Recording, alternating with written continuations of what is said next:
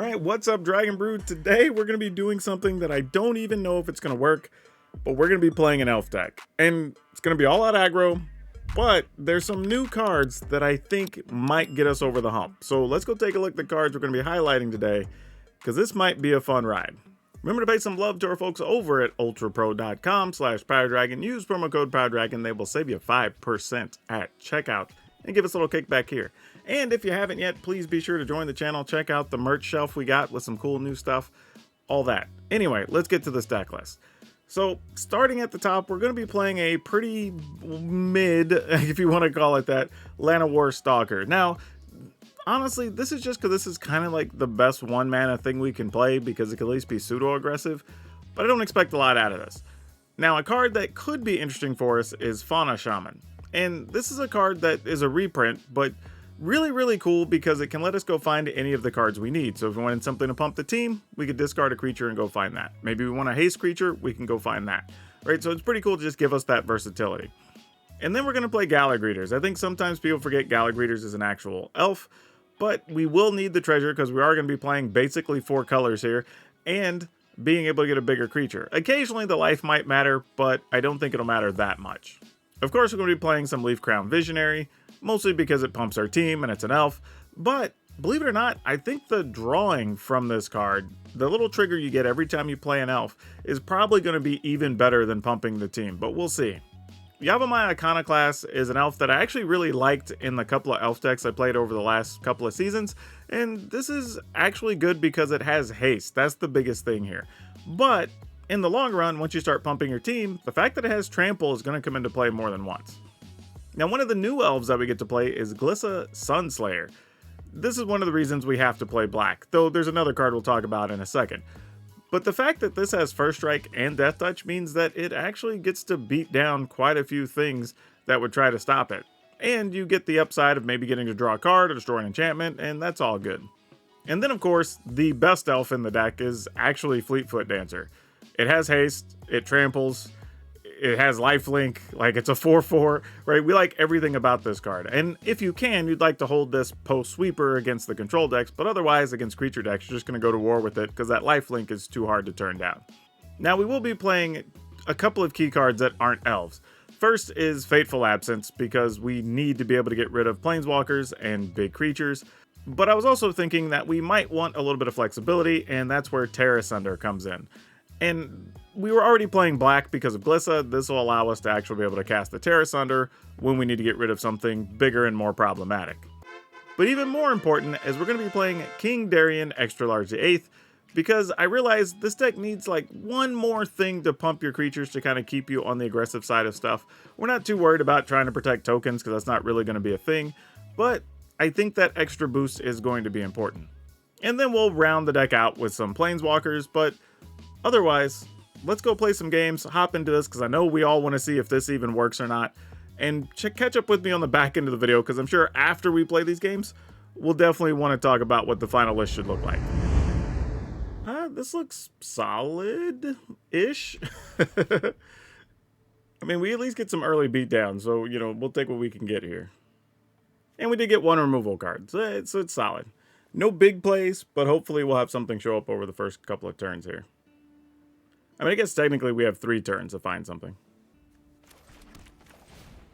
And let's see what we got.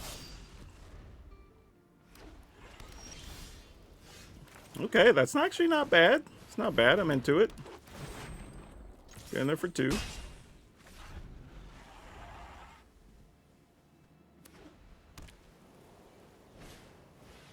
Alright, Thalia. Not a huge concern here, considering we can... I guess now we go ahead and play this. And we'll attack with just this duder. Though if they get rid of our Leaf Crown, I don't know, we'll see what happens here. Because they could, like, Brutal Cathar it, then we get rid of that. Like, I don't know. Yep, there's a Cathar, as expected. Yippers. Yeah, no blocks. Oh, that's a nice one to pick up. Huh. So now there are decisions to be made. We could... You know what? Yeah, I'm willing to do that and just attack. Yeah, I'm game. Let's go. Like, if they want to trade for, like, Fauna Shaman or whatever, cool. Exactly. We weren't going to be too upset about it either way. Now, this does get a little unfortunate if they play, like, the big Phyrexian, what our adversary or whatever the thing is. The big 5/5. Vindicator. Yeah, we can kill it. So, yeah, that's a thing. But we only have one real shot at doing so. So what we're probably going to do here...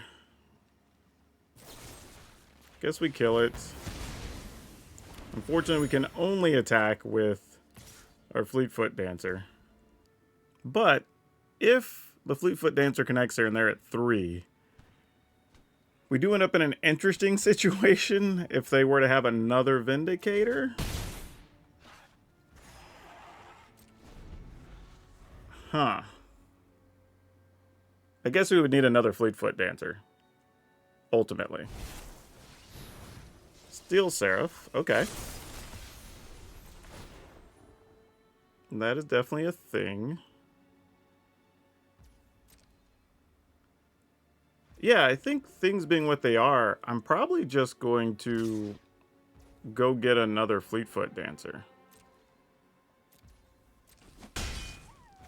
Because it's either that or get something just pumps our team, but the Fleetfoot Dancer is probably smarter.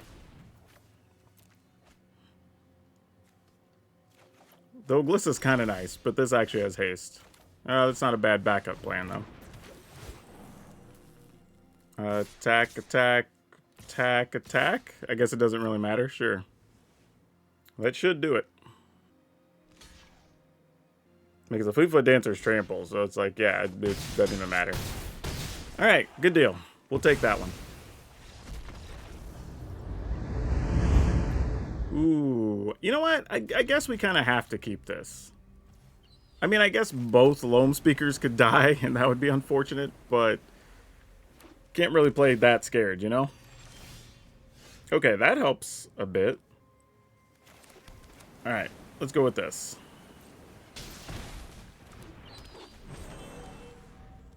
And then we do get choices if the Lone Speaker lives, right? We could play Fleetfoot Dancer, we could go into casting both of these to set up a bigger, like, king turn. So, like, there's stuff. Matter of fact, we might do that. That doesn't sound like a bad idea. You know, we're finding mana, so that's not the problem here by any stretch. Okay, let's think about what we could do next turn. If we do this and this, that opens up the door for 4, 5, 6 mana next turn. Doesn't really change much. And there's a good chance whatever we play with the Fleetfoot Dancer probably just dies because they haven't played a kill spell, right? So, you know what? Let's go ahead and just... this is actually tough. I think I'm just going to go here. No kicker. Though, there is an argument that said we could have Fleetfoot Dancer this turn, then play this and this with kicker next turn, which might be better. But I figure this sets up a possibility for multiple plays if we want to just play the Fleetfoot Dancer, if we want to play King Darien Extra Large the 8th and attack. Alright, opponent's stuck on mana here, so now we have some extra information that's important. Though they do have 4 mana available next turn. Oh. Oh. So that's a thing now. Alright, well, we're just going to go ham, I guess. If they have a sweeper that gets all of our dudes, they have a sweeper that gets all our dudes. And we're just going to have to make them respect our team. Alright. I would like to take damage so I can attack with another creature. Like, Arena was just going to be like, no, we're tapping both of these other elves. You don't need to take damage. I mean, we're at 17. Like, come on. Alright, get in there for 8. They can double block if they see fit. They're keeping one of them. That's interesting. All right. End the turn. Hopefully we don't lose our board. I mean, I guess we'd have King Darien, extra large the 8th, along with our Fleetfoot Dancer, maybe? Actually, we wouldn't be able to cast Fleetfoot Dancer because we wouldn't have a red mana right now. So that could be bad. Bushwhack to go find a land, I'm assuming. Alright, so they still have 4 mana. You got an Obliterator. Sure. Sounds good. We did not draw one of our things that gets rid of an Obliterator, but we're probably okay doing this anyway. Pay green. That doesn't change much for us, unfortunately. Okay, then. I guess we're just in it to attack. We'll just have to sacrifice some things. Yep. I mean, it's what we can do. We'll have to sacrifice things. Probably going to be some combination of mana and something. We'll figure it out. Opponent goes to 6. We didn't lose anything, so that's good. Let's sack 1. Actually, you know what? Let's not. Let's sack these 2 because they're damage. 3. Opponent's at 6. I got to be a little careful here. 4. We'll get rid of one of these. 5. All right. That's about as slim as we could probably make it and still have a shot here. And if they played Land Obliterator, we get enough in still attacking from the 1 trample plus these getting through. All right, got away with 1. Okay, this is keepable. We could do something with this. Ah, it's going to be that deck. Okay, well, let's see what we can do. I think we take the hit 1 time, and then we figure it out after that. I'll probably have to play this just so we have a 2 toughness creature and kind of force the opponent's hand a little bit. Oh, those don't really normally have red mana. Oh, this deck is not at all what I thought it was. This is all of a sudden very interesting. Yeah, I guess we just go with this. And pass? I mean, hopefully Arcanoclast doesn't die here, but maybe they're using red for removal? I mean, that would be believable. Interesting. Then I currently have no idea what's happening.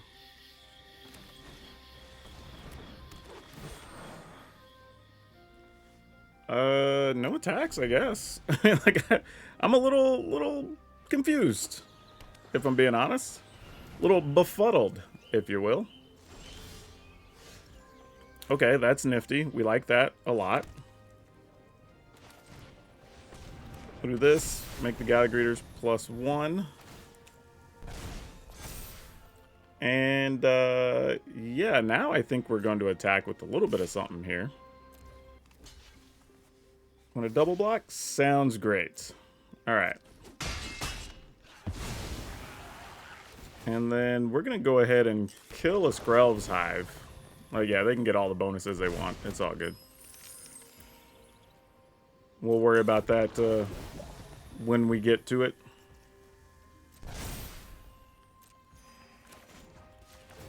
Hopefully they didn't need this extra mana.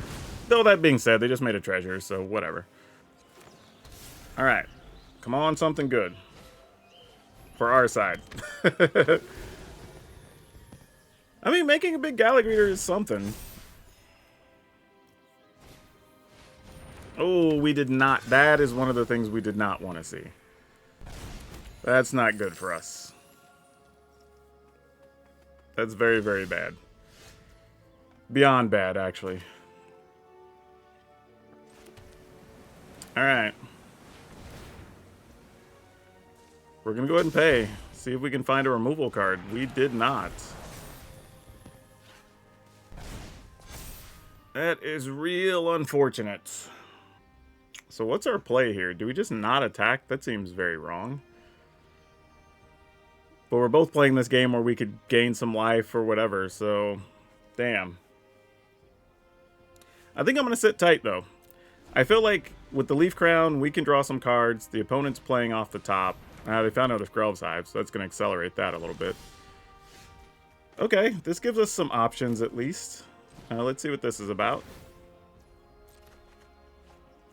Not what we were looking for. Not terrible, but still.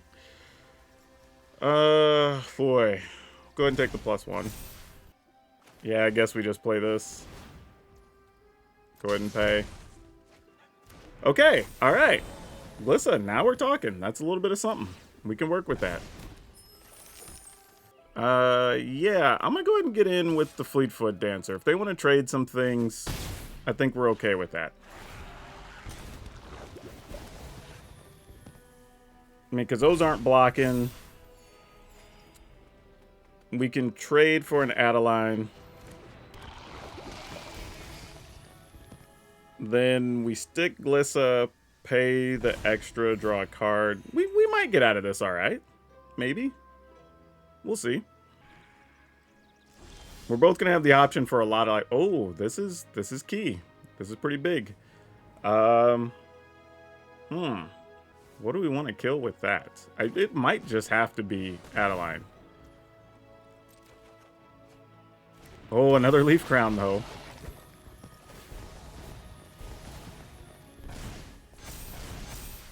Alright. Well, we'll go for it. And we'll use that treasure. Why not? We'll treasure up. And attack, attack. Get in with this big 5 trampler. Hold on to the rest of the team. Yeah, that's fine. Alright, opponent says F it. Alright, they're going to go to 6. They're going to gain some life. I think we got there. With Glissa is going to be pretty strong. We can remove the Adeline whenever we're ready. So that should do it. The Leaf Crown Visionaries came through this game, letting us get those extra cards. Yeah, I actually really don't even care if they attack us. Like, we just let it through.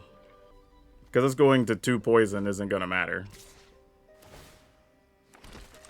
Yeah, that's one way they guarantee they get a body. I was wondering if they were going to do that. Because that gets them 2 more life each turn. I'll sucker block, I guess. Maybe you have some way to kill... Actually, you know what? Oh, it wouldn't matter, because she's still going to first strike a thing down. So we'll just block there. So if that was like an Iganjo in hand, it doesn't get to kill anything. And that should be game. Yeah, that's going to lock it up. Get a card. Get a card. Get a +1. Get a +1.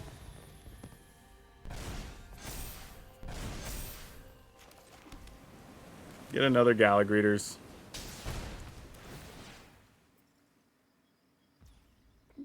Pay. Get a card. Pay. Get a card. Get treasure. Get treasure. Then we're going to attack for 1,000,000. Attack, attack, attack. Attack, attack, attack. Yeah, might as well. Whatever. Kill what you want to kill. Yep, you got it. Soul Partition does its thing.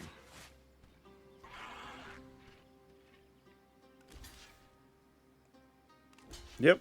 Yep. Yep. You can trade for a Galagreeters. Just swap if you want to. Sure.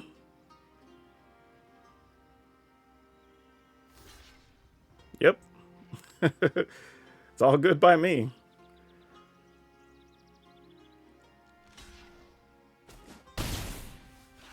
And we're going to go ahead and destroy an enchantment.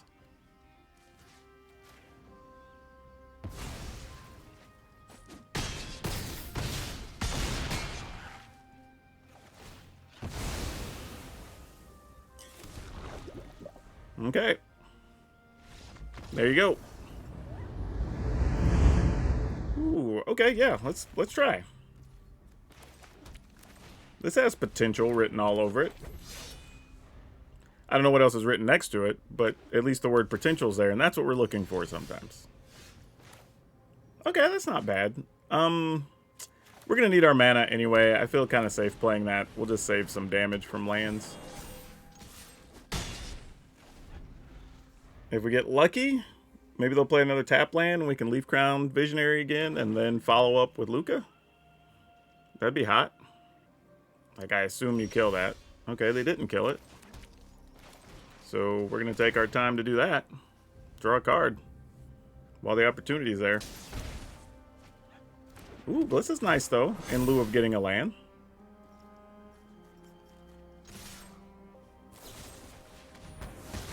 Really did not kill the Visionary.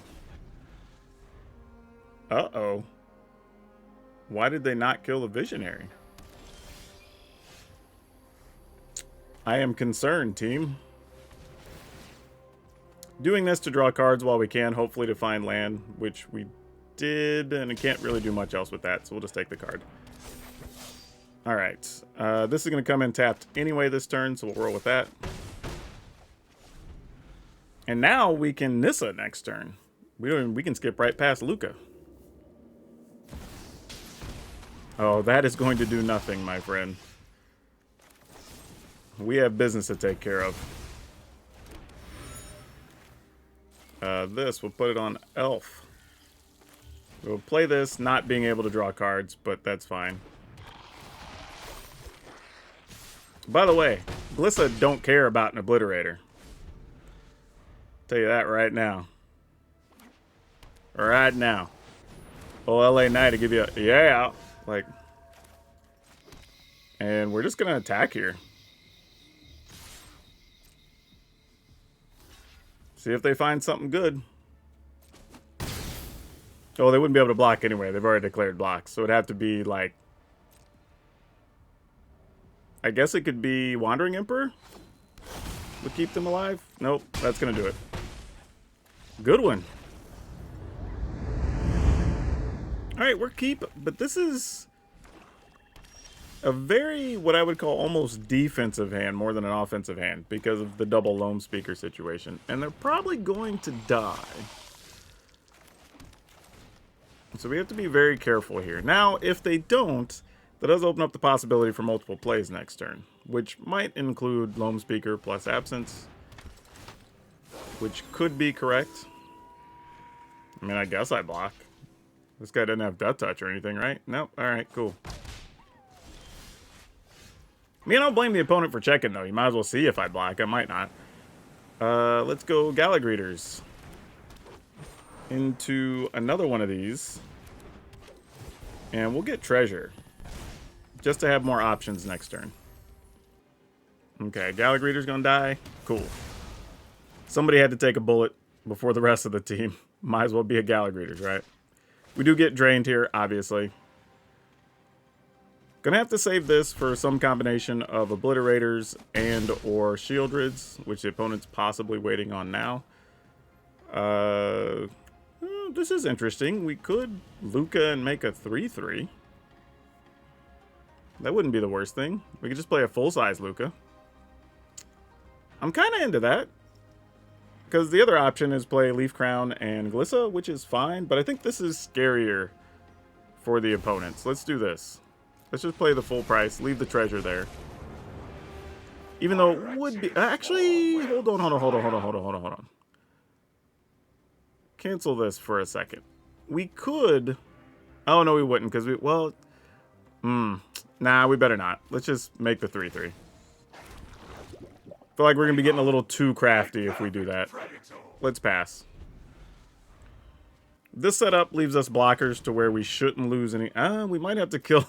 Misery Shadow. Might be a thing for Fateful Absence. Opponent attacks, we block. Like, that's a given. Yeah. Yeah, we block.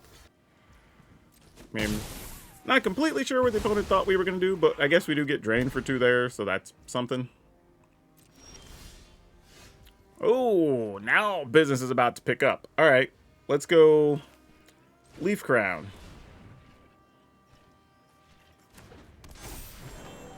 And we'll use this mana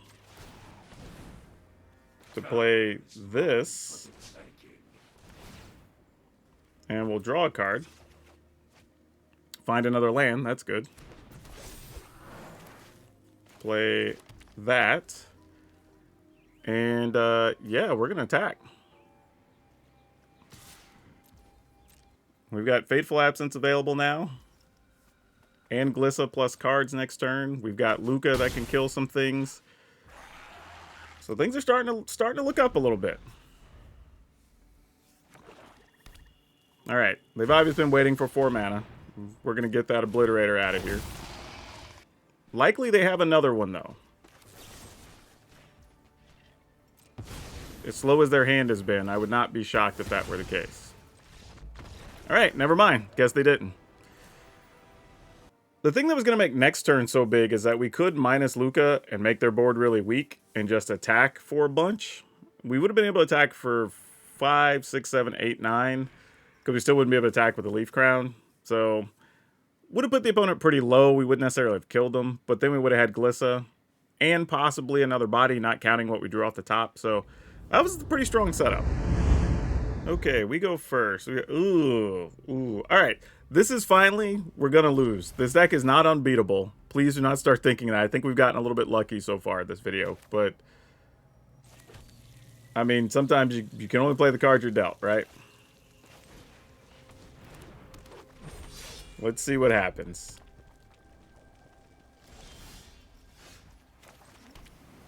Oh, am I really going to do this? I'm not. I'm going to do this. Like, they obviously have a burn spell or something here. Attack. Alright. So our Leaf Crown Elders or Visionaries just going to be dead on sight, right? Yeah. Alright, this is unfortunate. We didn't get land. We're holding a bunch of 4 mana things in hand. Our best draw is probably something like Loam Speaker if it's not land. So yeah, assume the Leaf Crown Visionary dies here. It's gotta. I was gonna say, if it doesn't, that's gonna be miraculous. Yep. Sure.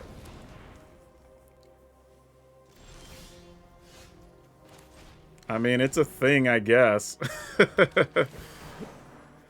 I mean, we kept a bad hand here, so I'm just including this so y'all can see the deck lose, because I know sometimes people are like, why don't you show more losses? Sometimes we just on a lucky streak. Sometimes things like this happen. So here it is. Now, I will say this. If we go land, and we're able to play Fleetfoot Dancer back to back to back, then probably we win. But that's such a far-fetched scenario right now. Alright. I mean, we're still at 15, so I mean, I guess we're a long way from dead. But we would need to literally, like, okay, there's a land. But we need another land off the top now. And for them not to have something that deals 4 or 5 damage, I guess, at instant speed or some such. So I don't know, we'll see. But let's see. Opponent's got 3 cards. One is which a Flame Breather. Okay, that's a problem. And another Flame Breather. Alright, so we... Oh gosh, I'll say we needed that right now. Kind of all we can do here.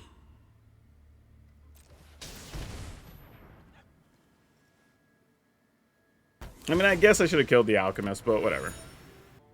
I mean, we're really on Fleetfoots or no at this point. And I really just need that card in hand to be a land, which I don't think it is.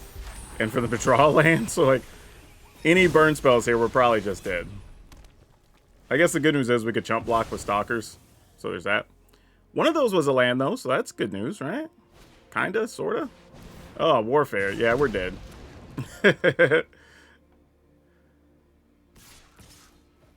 I mean, we don't have a choice. Opponent got us where we didn't draw anything. Yeah, we go to 6, and then those just kill us. Yeah, alright, GG's. Sorry, that wasn't really a good game to include, but there you go. sure. Can't expect too much more out of this. I mean, we probably play Leaf Crown on 2, maybe get to connect for 3 damage. Leaf Crown dies, then we see what happens after that. I think that's kind of where we're at. Oh, actually, Loam Speaker's not bad here, actually. Because if Loam Speaker lives, then we get a Fleetfoot, and that's even better if the opponent's playing red-based decks. That's pretty hot. Yeah, trading there makes sense. Now let's just see what they're up to on this turn. Come on, don't kill my Loam Speaker. Don't kill my Loam Speaker. Okay, that's reasonable. This is actually great because Fleetfoot's going to be huge here. So yeah, let's get into that for real. I mean, they may have to spend 2 cards to kill Fleetfoot, but that's fine.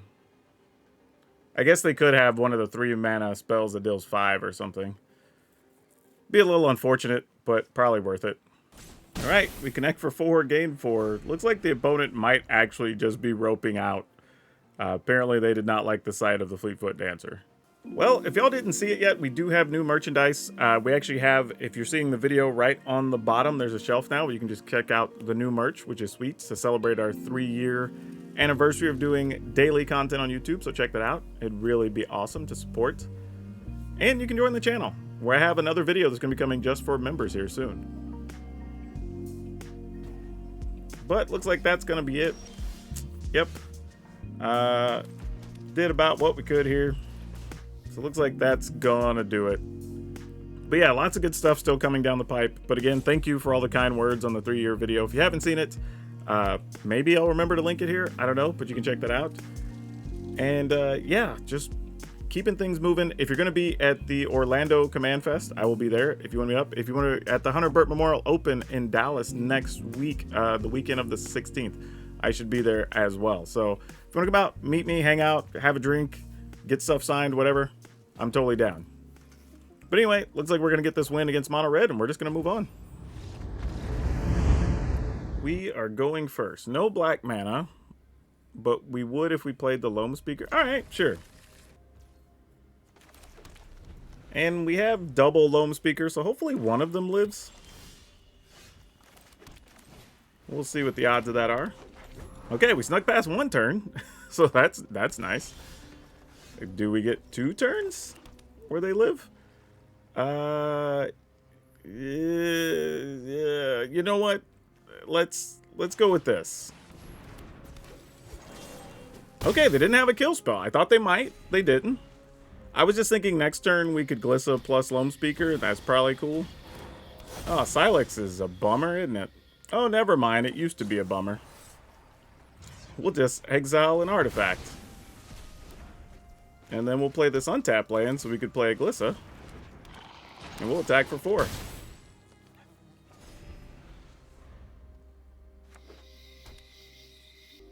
Alright, what we got?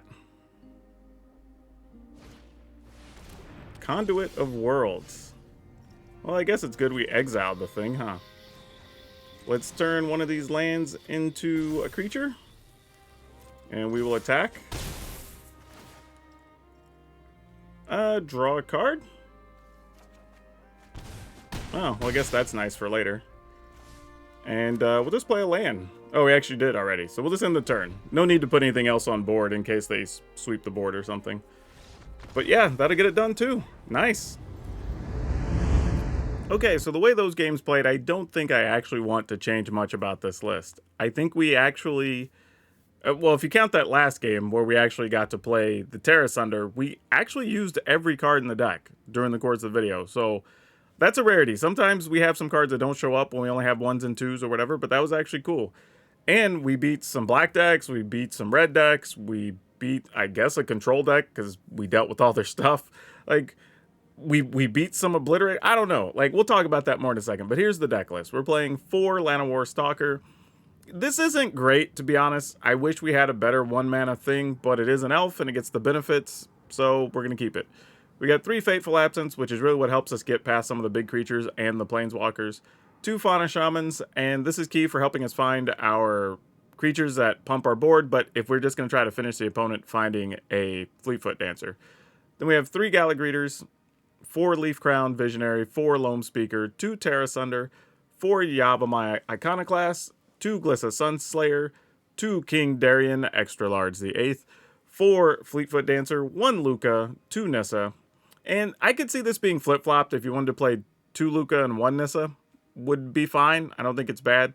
But I do like the ability of Nissa to be able to destroy artifacts and enchantments. As for lands, we're playing a Boseiju, 3 Deathcap Glade, 4 Copperline Gorge, 4 Carplusion Forest, 4 Brushland, 1 Overgrown Farmland, 4 Rays of Verge Thicket, and 3 Secluded Courtyard. So yeah, that's a list, but let's talk about it some more. Now, don't get me wrong, like, we went, I don't know, whatever, X and 1 or something. Like, we just blew through games, which was just crazy. But I think we got a little bit lucky. There was at least one where the opponent got weird mana or whatever, got short on mana. So, like, I mean, you gotta, this is why I always tell people, like, don't just look at the wins and losses on a video from any creator, for a lot of reasons.